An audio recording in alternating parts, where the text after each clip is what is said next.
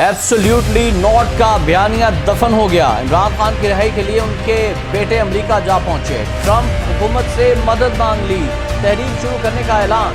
9 مئی فیصلے میں بریت کے بعد پاکستان تحریک انصاف کی قیادت کیا شاہ محمود کریں گے؟ عمران خان کو حکومت کی جانب سے ناجائز قید کیا گیا ہے۔ 5 اگست سے ملک گیر تحریک شروع ہو جائے گی، چھپنے کی جگہ نہیں ملے گی۔ وزیر اعلیٰ گنڈا پور کی حکومت کو دھمکی۔ پی ٹی آئی کے روپوش رہنما حماد اظہر منظر عام پر آ گئے، اپنے والد میاں اظہر کی نماز جنازہ میں شرکت کی۔ بسم اللہ الرحمن الرحیم۔ السلام علیکم ناظرین، آپ دیکھ رہے ہیں خبرگام اور میں ہوں احتشام الرحمان۔ ناظرین، Pakistan Tehreek Insaf P T I کے بانی اور قید میں موجود سابق وزیر اعظم عمران خان کے بیٹوں نے امریکہ کے صدر ڈونلڈ ٹرمپ کے خصوصی ایلچی رچرڈ گرینل سے اہم ملاقات کی ہے، جس کے ساتھ ہی انہوں نے اپنے والد کی رہائی کے لیے امریکہ سے مہم کا آغاز کر دیا ہے۔ عمران خان کے بیٹے سلیمان خان اور قاسم خان نے مئی میں پہلی بار عوامی سطح پر اپنے والد کی قید پر توجہ دلائی تھی۔ عمران خان اگست 2023 سے اڈیالہ جیل میں قید ہیں، جہاں وہ 190 ملین پاؤنڈ کرپشن کیس میں سزا کاٹ رہے ہیں، جبکہ ان پر 9 مئی 2023 کے احتجاج سے متعلق انسداد دہشت گردی ایکٹ کے تحت دیگر مقدمات بھی زیر سماعت ہیں۔ رچرڈ گرینل امریکی صدر کے خصوصی ایلچی برائے خصوصی مشن ہیں۔ انہوں نے ایکس پر پوسٹ کرتے ہوئے کہا کہ انہوں نے سلیمان اور قاسم سے کیلیفورنیا میں ملاقات کی اور انہیں حوصلہ بلند رکھنے کا مشورہ دیا۔ رچرڈ گرینل نے کہا کہ دنیا بھر میں لاکھوں لوگ سیاسی انتقام پر مبنی مقدمات سے تنگ آ چکے ہیں، آپ اکیلے نہیں ہیں۔ عمران خان کے بیٹوں نے پاکستانی نیاد امریکی معالج ڈاکٹر آصف محمود سے بھی ملاقات کی، جو امریکہ میں پی ٹی آئی کی حمایت حاصل کرنے کی مہم میں اہم کردار ادا کر رہے ہیں۔ ناظرین، آپ کو بتائیں کہ ڈاکٹر آصف محمود امریکی کمیشن برائے بین الاقوامی مذہبی آزادی USSCIRF کے نائب چیئرمین بھی ہیں، اور انہوں نے ایک تصویر شیئر کی ہے جس میں وہ عمران خان کے بیٹوں اور رچرڈ گرینل کے ساتھ موجود ہیں۔ انہوں نے کہا کہ عمران خان کے بیٹوں قاسم اور سلیمان خان پر بے حد فخر ہے، جو اپنے والد سابق وزیر اعظم عمران خان کی رہائی کے لیے جد و جہد کر رہے ہیں۔ انہوں نے رچرڈ گرینل کو انصاف اور اصولوں کا ساتھ دینے پر سراہا اور عمران خان کی رہائی کے لیے اتحاد پر زور دیا۔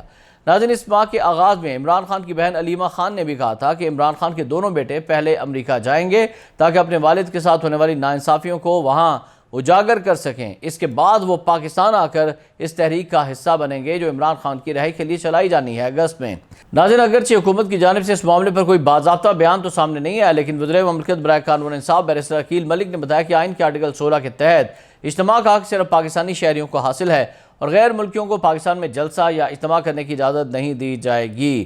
بیرسٹر عقیل ملک نے مزید کہا کہ دونوں بھائی چونکہ برطانوی شہری ہیں، اس لیے وہ مقامی سیاسی سرگرمیوں میں قانونی طور پر حصہ نہیں لے سکتے، اور اگر وہ ویزا شرائط کی خلاف ورزی کرتے ہیں تو ان کا ویزا منسوخ کیا جا سکتا ہے۔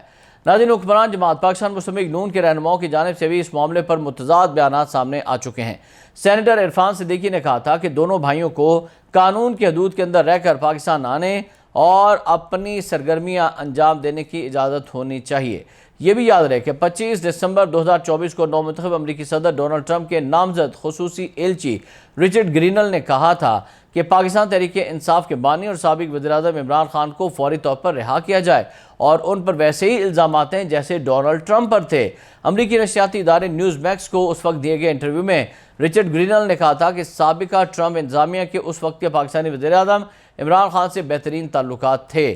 رچرڈ گرینل کا کہنا تھا کہ ہم چاہتے ہیں کہ سابق وزیر اعظم عمران خان کو رہا کیا جائے، اور ان پر ویسے ہی الزامات ہیں جیسے ٹرمپ پر تھے۔ اور ترجمان محکمہ خارجہ میتھیو ملر کے عمران خان سے متعلق بیان کے حوالے سے رچرڈ گرینل کا یہ کہنا تھا کہ انہوں نے پیچیدہ گفتگو کی تھی، اور ان کے کہنے کا مطلب یہی تھا کہ پاکستان کے سابق وزیر اعظم کو رہا کیا جائے۔ ادھر ناظرین، 9 مئی کے کیسز کا اہم فیصلہ سامنے آ چکا ہے، جس میں لاہور کی انسداد دہشت گردی عدالت نے 9 مئی جلاؤ گھراؤ کیس میں پاکستان تحریک انصاف کے سینئر رہنما اور سابق وزیر خارجہ شاہ محمود قریشی سمیت 6 ملزمان کو بری کر دیا، جبکہ سابق صوبائی وزیر ڈاکٹر یاسمین راشد، میاں محمود رشید، اعجاز چودھری اور عمر سرفراز چیمہ کو 10 سال قید کی سزا سنا دی۔ تفصیلات کے مطابق انسداد دہشت گردی عدالت لاہور کے جج ارشد جاوید نے جیل ٹرائل مکمل ہونے پر 9 مئی کو شیر پاؤ پل جلاؤ گھیراؤ کیس کا کوٹ لکھپت جیل میں محفوظ فیصلہ سنا دیا۔ انسداد دہشت گردی عدالت نے پاکستان تحریک انصاف کے رہنما شاہ محمود قریشی سمیت 6 ملزمان کو بری کر دیا، اور اس کے علاوہ زباس مان، افتخار احمد رانا، تنویر اور حمزہ عظیم کو بھی بری کیا گیا۔ عدالت نے مقدمے میں 9 ملزمان کو جرم ثابت ہونے پر سزا سنا دی۔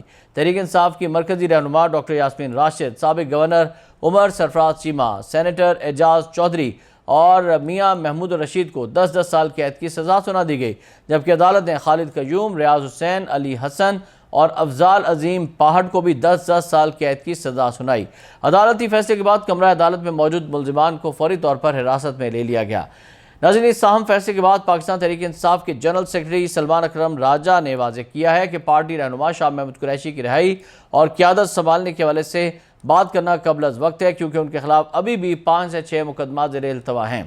اسلام آباد ہائی کورٹ کے باہر میڈیا سے گفتگو کرتے ہوئے سلمان اکرم راجہ نے کہا کہ ہم سب اس وقت فسطائیت کے شکار ہیں اور کسی کو بھی استثناء حاصل نہیں، اس لیے عوام کو کسی قسم کے غلط مفروضات قائم نہیں کرنے چاہیے۔ انہوں نے دعویٰ کیا کہ ریاستی منصوبہ ساز عدلیہ اور نظام کے ساتھ جو کچھ کر رہے ہیں وہ سب کے سامنے ہے۔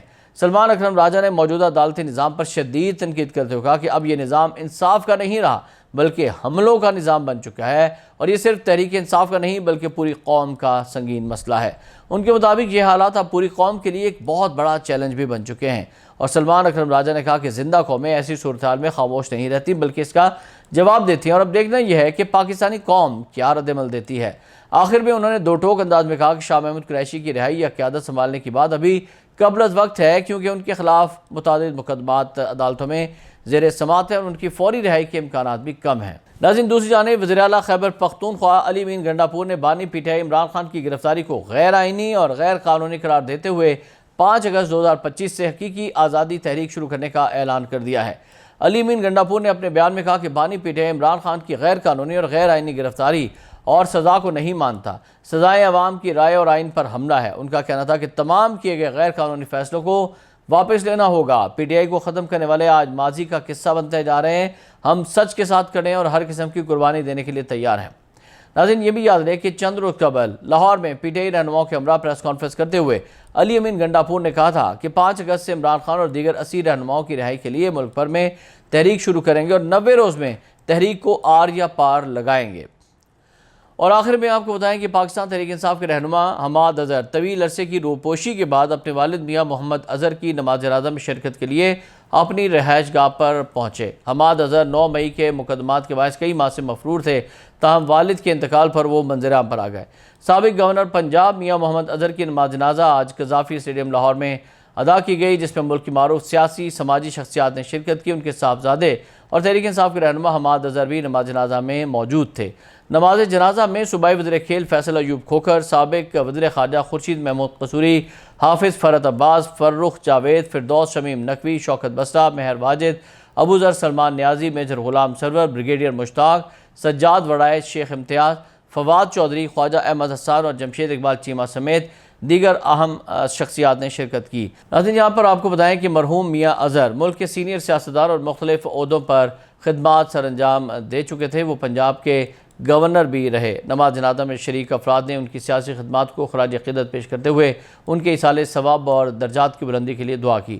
میاں محمد اظہر ایک سینئر سیاستدان، سابق گورنر پنجاب رہ چکے ہیں اور ان کے انتقال پر سیاسی رہنما اور مختلف حلقوں کی جانب سے افسوس کا اظہار کیا گیا ہے۔ سابق وزیر اعظم نواز شریف نے میاں اظہر کے انتقال پر گہرے دکھ اور افسوس کا اظہار کرتے ہوئے ان کے اہل خانہ سے ہمدردی کا اظہار کیا۔ نواز شریف نے کہا کہ میاں اظہر کے والد اور ان کے والد میاں محمد شریف کے درمیان دیرینہ تعلق تھا۔ اللہ تعالیٰ میاں محمد اظہر کی مغفرت فرمائے اور انہیں جنت الفردوس میں جگہ دے اور ان کے اہل خانہ کو صبر جمیل عطا کرے۔ وزیر اعظم شہباز شریف نے بھی میاں محمد اظہر کے انتقال پر دکھ کا اظہار کرتے ہوئے دعا کی کہ اللہ تعالیٰ مرحوم کو جوار رحمت میں جگہ دے اور پسماندگان کو صبر جمیل عطا فرمائے۔ اس پر آمین کہتے ہیں ناظرین، اور احتشام الرحمان کو اجازت دیجیے گا۔ اللہ حافظ۔